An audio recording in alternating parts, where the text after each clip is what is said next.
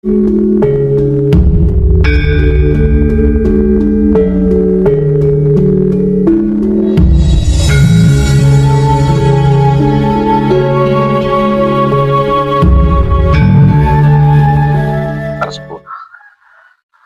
juga yang salah, bukan kiai tapi pakai baju kiai, memanfaatkan orang yang tulus ditipu. Ya, itu ada begitu itu. Ya, makanya kan sekarang ini lagi rame-ramenya soal nasab. Wah. Nasab gimana nasab? Kalau perdebatan nasab kepada Rasulullah SAW itu untuk mencari secara keilmuan referensinya di mana. Ini Syekh Ubaidillah itu punya anak siapa? Jadi dari Syekh Muhajir kemana? Al-Uraidi kemana? Itu bagus nyari silsilah. Secara akademik itu bagus. Jadi menemukan benar mana yang silsilah kepada Rasulullah. Itu bagus. Tetapi kalau kita mencari ini hanya untuk menghantam seseorang atau untuk hanya jadi polemik, apalagi dipolitisir, itu tidak produktif perdebatannya, ya, malah menjadi ketersinggungan, bahkan mungkin perpecahan di antara kita. Oleh karena itu, apakah penting Pak membanggakan nasab? Mencari nasab itu penting karena kita bagian dari hifdzun nasl. Ini keturunan siapa? Jelas keturunannya, itu juga diperintahkan dalam Islam. Tapi sombong-sombongan dengan nasab, meskipun nasabnya kepada Rasulullah, itu tidak baik. Apalagi nasabnya nggak jelas, disombongin lagi. Ya. Tetapi nasab itu tidak lebih tinggi dari alim, dari ilmu. Yang lebih tinggi adalah ilmunya. Syukur-syukur habaib itu sudah keturunan Nabi, juga berilmu, maka dua-duanya. Tapi kalau harus dipisahkan antara ilmu dan keturunan Nabi, mana yang lebih tinggi Pak? Ilmu. Maka disebut wa annal anbiya lam yuwarrisu dinaran wala dirhaman walakin warasu al-ilma faman akhadahu faqad akhadha bihadzin wafirin. Al-ulama warasatul anbiya. Ulama yang jadi pewaris. Di ketepatan ulama keturunan Nabi ya bagus, tapi ada keturunan Nabi menurut pandangan saya. Kemudian ada ulama keturunan Nabi tidak baik, tidak berilmu. Kemudian ada ulama orang biasa berilmu. Mana lebih mulia Pak? Berilmu. Mohon maaf saya akan sampaikan ini karena ini yang saya yakini dan yang saya pelajari. Faqad akhadha bihadzin wafirin. Dia sudah ngambil bagian dari Nabi sebagai keturunan, iya. Tapi yang lebih banyak kalau mengambil ilmu dari Nabi. Itu anbiya, bukan hanya pada Nabi Muhammad. Artinya kita nanti dekat kepada orang-orang yang kita cintai kalau imannya dan amalnya sama. Bukan karena keturunan. Nabi tidak pernah menjamin karena keturunannya itu pasti dapat syafaatnya. Yang saya tahu tidak. Kalau memang dia tidak beriman, nggak bisa. Ketika Abu Lahab itu ditalkin oleh Nabi apa? Untuk Nabi memberi syafaat. Bukan karena kefamilian. Andaikan karena famili, dibiarkan sama Nabi itu, Nabi masih bisa untuk memberi syafaat. Tidak. Abu Lahab itu oleh Nabi yang dicegah oleh Abu Jahal pada saat nazak untuk mengucapkan syahadat bahwa dia akan bersaksi di hadapan Allah kalau dia adalah beriman. Tapi ketika tidak beriman, nggak bisa menolong. Nabi Nuh, Kan'an, putranya nggak beriman, nggak dapat. Makanya kita jangan kebawa dengan nasab. Menghormati Habib penting sebagai cucu Rasulullah. Iya. Wong kita anaknya guru aja yang ngajarin kita hormati. Apalagi Nabi Muhammad yang bawa risalah. Tapi tidak berarti keturunan lebih tinggi daripada ilmu dan amal. Enggak.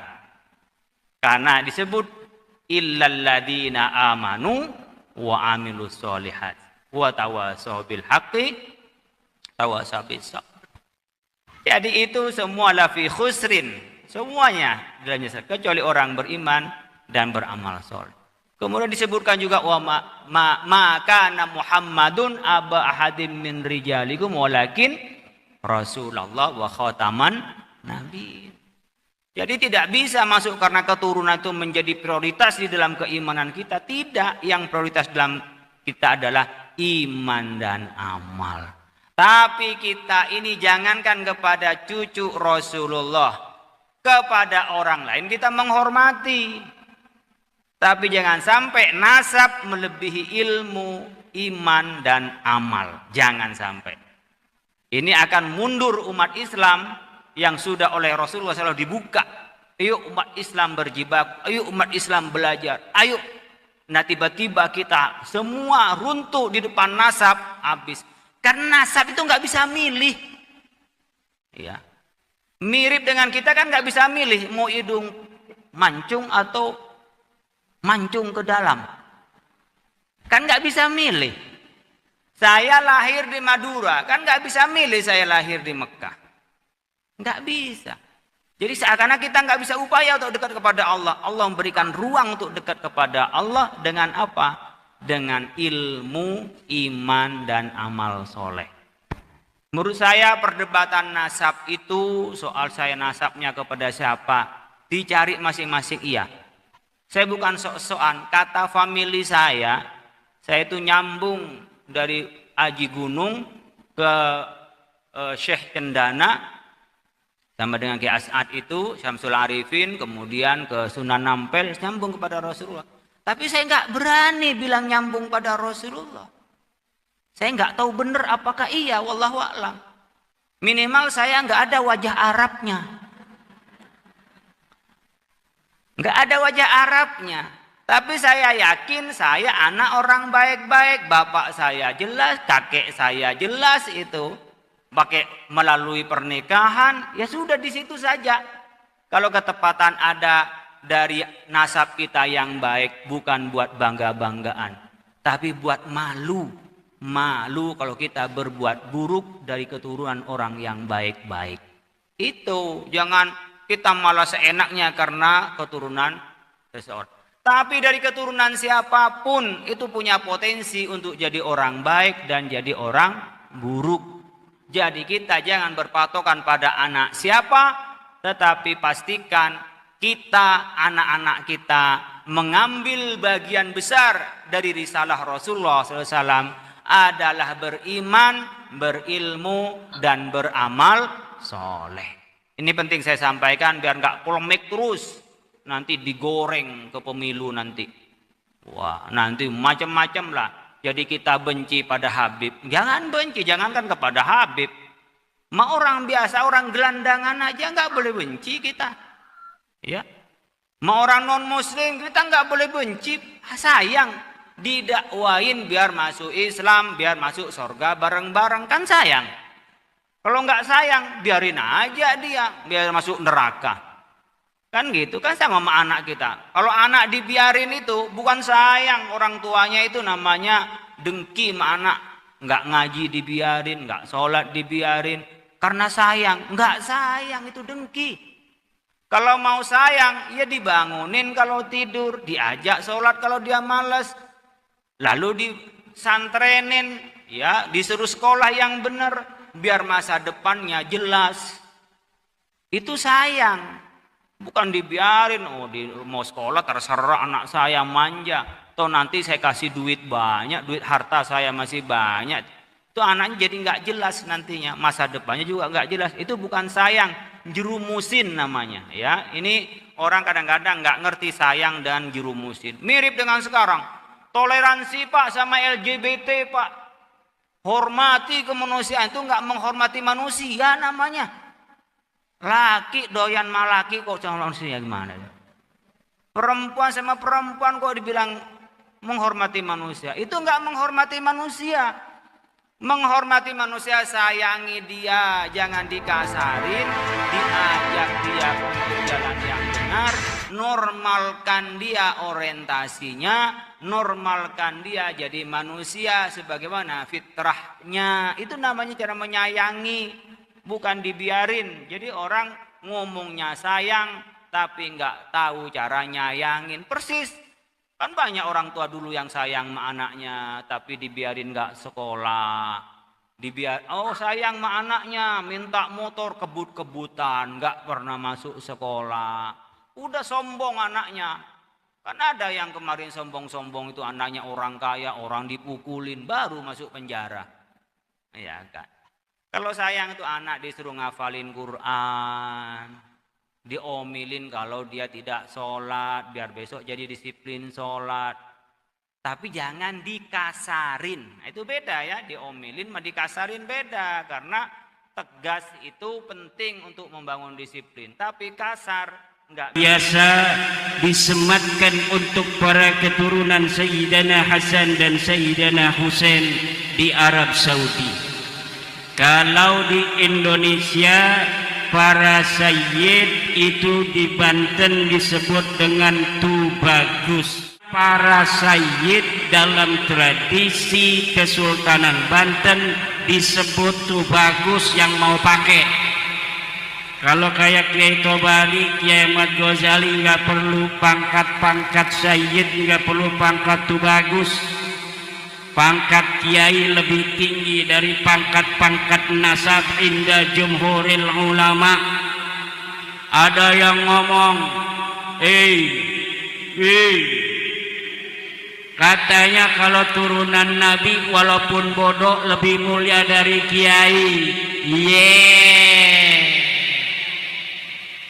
Katanya kalau turunan Nabi darahnya darah Nabi, walaupun dia gila tetap lebih mulia dari para kiai.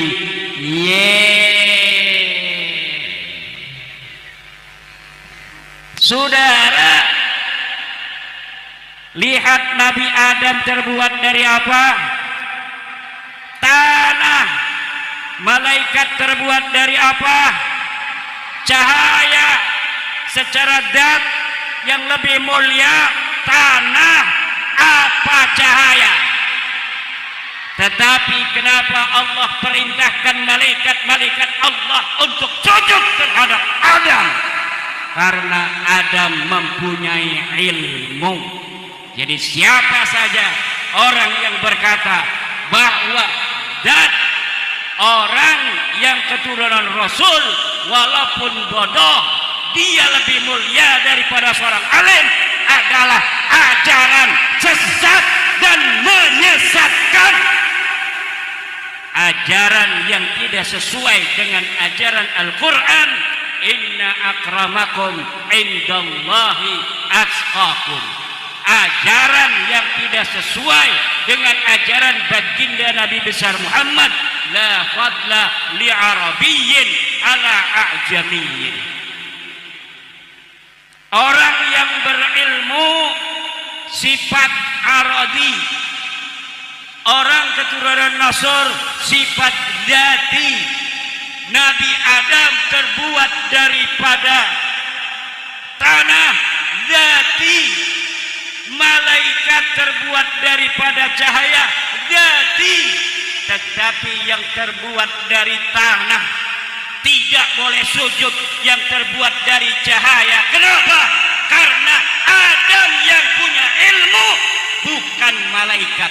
Malaikatlah yang diperintahkan sujud terhadap Adam.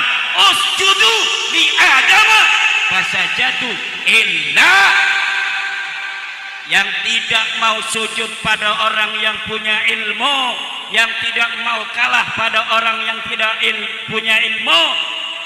Orang yang tidak mau sujud pada orang yang punya ilmu karena dia merasa zatnya lebih baik daripada orang yang punya ilmu, maka dia sama dengan iblis. Saudara, jangan macam-macam mengajarkan ajaran-ajaran sesat di bumi Indonesia, bumi Wali Songo Indonesia. Islamnya Islam Wali Songo, saudara. Islam yang penuh kearifan, Islam yang diturunkan bersama cinta dan kasih sayang. Seorang pengasuh bukan hanya pengasuh, tapi dia juga pengasuh dan pengasih Pondok Pesantren As-Sa'adah Kiai Haji Ahmad Ghazali. Itulah yang diajarkan saudara oleh para wali songo, leluhur kita dalam menyebarkan Islam di Indonesia. Ajaran bagaimana umat-umat yang ada di Indonesia dia bisa bertauhid kepada Allah, tetapi kemanusiaannya tetap dimuliakan sebagai manusia. Kita mengajak manusia untuk beriman menyembah kepada Allah, bukan mengajak manusia untuk memuliakan kita. Orang yang mengajak manusia untuk menyembah Allah. Wali Songo mengajak manusia untuk beragama Islam, bukan karena Wali Songo ingin anak keturunannya dimuliakan suatu saat nanti. Wali Songo mengajarkan tauhid, mengajak manusia untuk sujud kepada Allah, bukan untuk agar bangsa Indonesia ke depan sujud dan menghormati daripada keturunan Wali Songo. Siapa saja yang punya ilmu dari bangsa Indonesia ini, siapapun dia, keturunan siapapun dia, maka dia lebih berhak dihormati di tanah Wali Songo ini daripada orang yang tidak berilmu. Ini ajaran wali, ini ajaran. Makanya kiai-kiai yang duduk di atas, saya itu bagus megangin HP di bawah. Njeboten. Ini adalah ajaran wali songo, ajaran yang penuh dengan cinta, ajaran yang penuh dengan pemuliaan terhadap manusia. Ada orang-orang yang mengatakan bahwa alim itu kalah mulia daripada seorang turunan Nabi, karena orang alim adalah aradi, tetapi orang-orang turunan Nabi adalah dati, sedangkan yang ad-dati afdalu minal aradi. Itu ajaran-ajaran wa man qala dzalika fa huwa yaqulu walau kana aliman kabiran bila dalilin walastinadin bi Qur'anin wa bi hadisin. La utlub al-Qur'an min awwalihi ila akhirih hal kana fihi tafdilun nas bidatihi la bal alladhi kana fil Qur'anil Karim tafdilul ilmi ala dzat katafdili adama ala al malaikati walau kanatil malaikatu afdala